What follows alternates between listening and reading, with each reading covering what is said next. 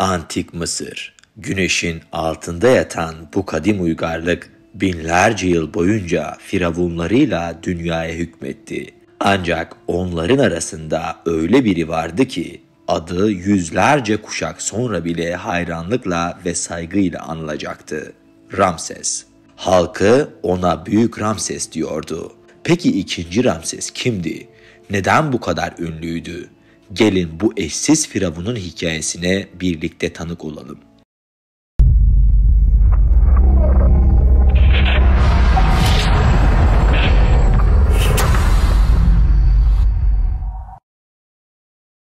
İkinci Ramses, Milattan önce 1279'da Mısır tahtına çıkan 19. hanedana ait bir firavundu. O, Firavun 1. Set'in oğlu olarak doğmuştu ve çocukluğundan itibaren sıkı bir eğitim almıştı. Babası Seti, oğlunun tahtının gelecekteki sahibi olarak her alanda eğitilmesini sağladı. Ramses, daha genç yaşta bile Mısır'ın ordularına komuta etmeye başlamış, cesareti ve zekasıyla tanınmıştı. Ramses, tahta çıktığında henüz 20'li yaşlarının başındaydı. Ancak çok geçmeden kendisini Mısır'ın tarihindeki en etkili liderlerden biri olduğunu kanıtladı. Onun döneminde Mısır altın çağını yaşadı. Bu altın çağda Mısır yalnızca askeri zaferlerle değil, sanatta ve mimaride de büyük ilerlemeler kaydetti. Ramses'in en büyük askeri zaferlerinden biri tarihin ilk belgelenmiş savaşı olarak bilinen Kadeş Savaşı'dır. Bu savaş Mısır ve Hitit İmparatorluğu arasında M.Ö. 1274 yılında gerçekleşti. O dönemde Hititler Mezopotamya'daki büyük güçlerden biriydi ve Suriye toprakları için Mısır'la çatışma halindeydi. Kadeş şehri iki taraf için de stratejik bir öneme sahipti. Ramses ordularıyla birlikte Kadeş'e doğru ilerledi. Ancak Hitit ordusunun beklenmedik bir pusuya yatmasıyla savaş Mısır için zor bir hal aldı. Efsaneye göre Ramses tek başına savaşa katılarak askerlerine cesaret verdi. Tek başına düşmanın içine dalıp saflarını dağıtarak Mısır'a zafer getirdiği anlatılır. Kadeş Savaşı kesin bir zaferle sonuçlanmasa da Ramses'in savaş yeteneğini ve cesaretini kanıtladı.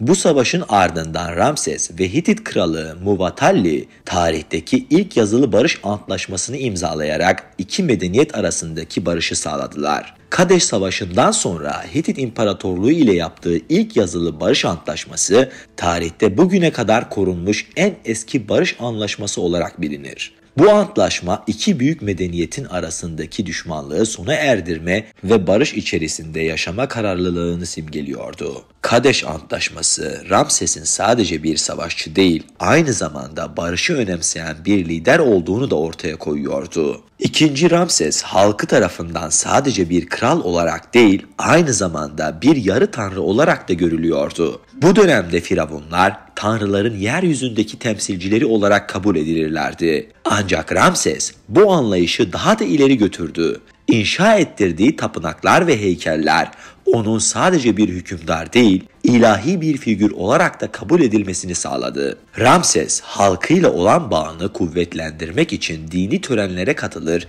dualar eder ve adaklar sunardı.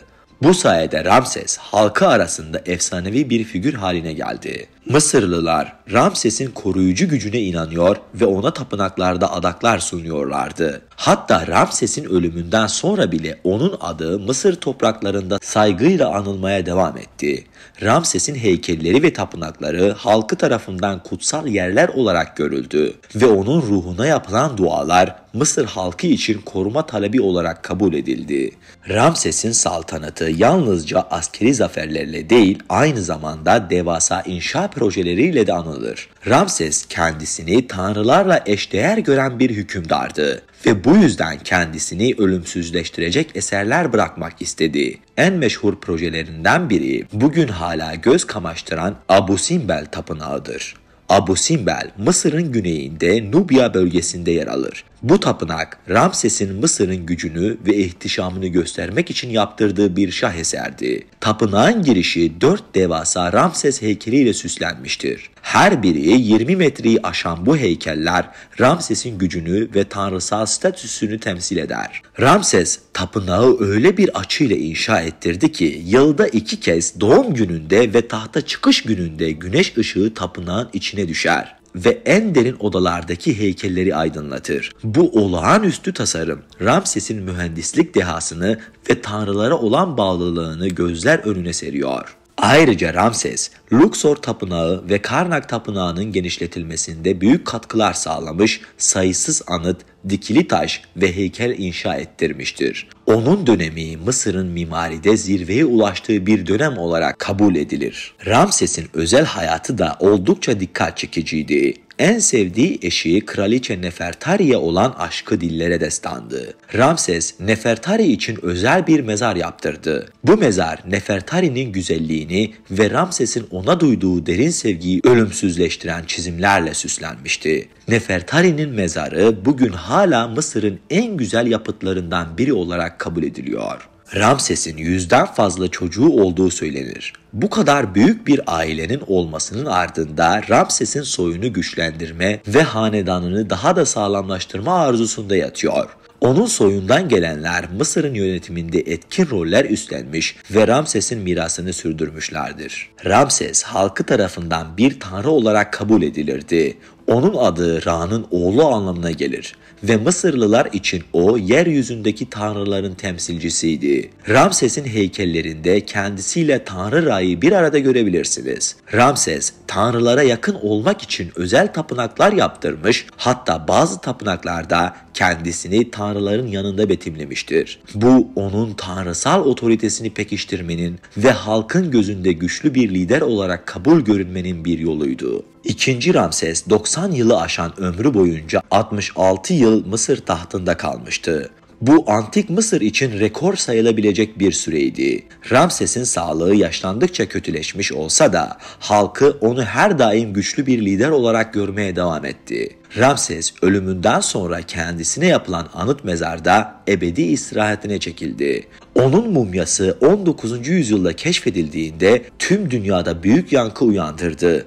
Ramses'in mumyası hala bugün bile onu görenleri hayrete düşüren bir durumda. Firavun'un yüz hatları korunmuş, yaşamının izlerini taşıyor. Ramses'in etkisi Mısır sınırlarını aşarak dünya tarihine damgasını vurdu. Bugün onun inşa ettirdiği tapınaklar, dikili taşlar ve anıtlar Mısır'ın turistik cazibe merkezleri haline geldi. Abu Simbel, Luxor ve Karnak gibi yapılar her yıl milyonlarca turisti kendine çekiyor. Ramses'in mirası sadece Mısır'da değil, dünya çapında antik tarih tutkunları arasında da yaşamaya devam ediyor. Ramses'in ölümünden sonra Mısırlılar onu bir tanrı olarak anmaya başladılar. Ramses'in oğlu Meramtah babasının izinden giderek tahtı devraldı. Ancak Ramses'in mirası o kadar güçlüydü ki ondan sonraki nesiller bile onun etkisinden kurtulamadı. Ramses'in torunları bile kendilerini bu büyük liderin mirasıyla özdeşleştirerek ona benzemeye çalıştılar.